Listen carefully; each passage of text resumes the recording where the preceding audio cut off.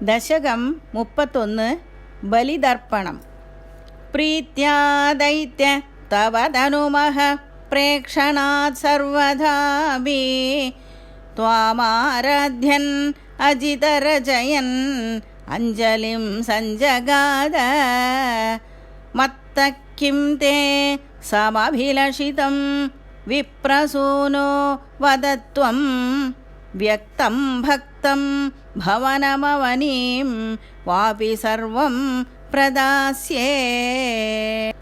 താമക്ഷീണാം ബലിഗിരമുപാകർണ്യകാരുണ്യപൂർണോവി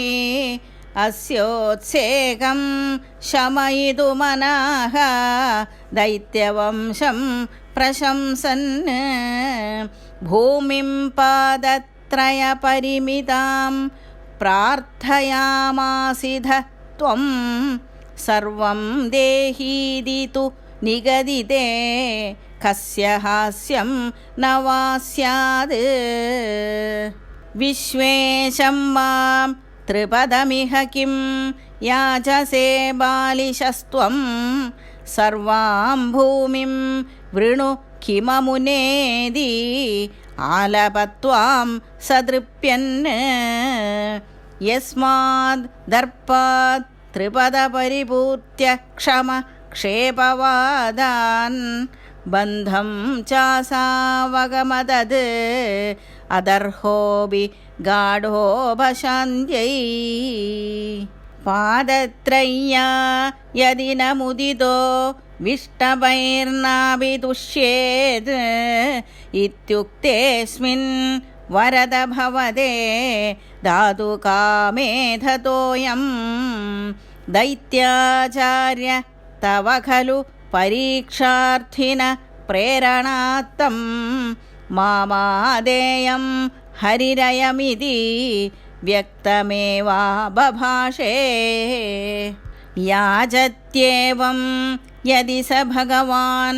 പൂർണ്ണകാമോസ്മി Soham ദാസ്യാമ്യേവ സ്ഥിരമിതി Watan കാവ്യശബ്ദോപി ദൈത്യഃ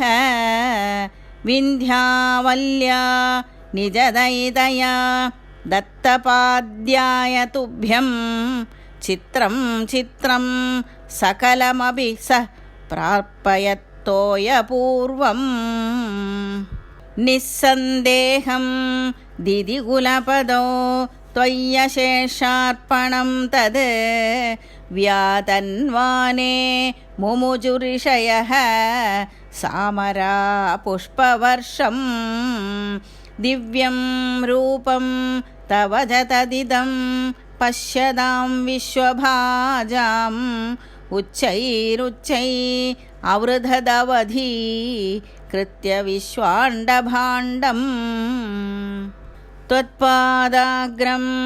നിജപദഗതം പുണ്ഡരീകോദ്ഭവോऽസൗ കുണ്ഡീതോയൈ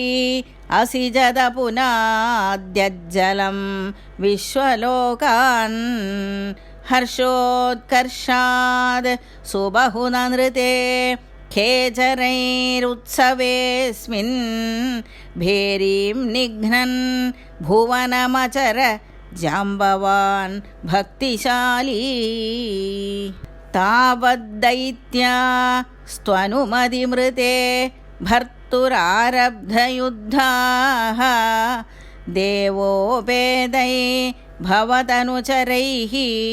സംഗദാ ഭംഗമാപൻ കാലാത്മായം വസതി പുരതോ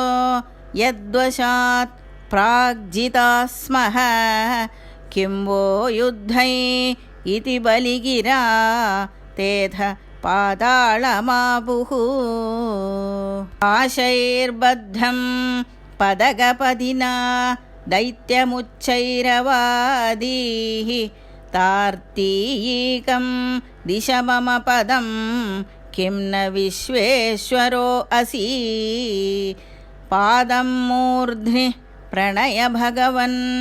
ഇത്യകമ്പം വദന്തം പ്രഹ്ലാദസ്തം സ്വയമുപഗതോ മാനയന്നസ്തവീത്വമേവ त्वाम्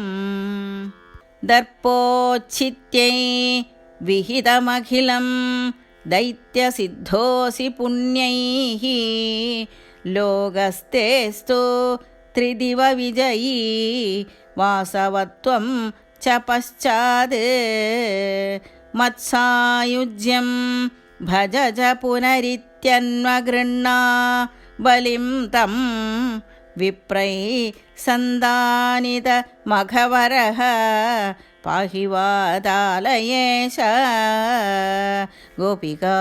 जीवनस्मरणं गोविन्द गोविन्द। नारायण अखिलगुरो भगवन् नमस्ते।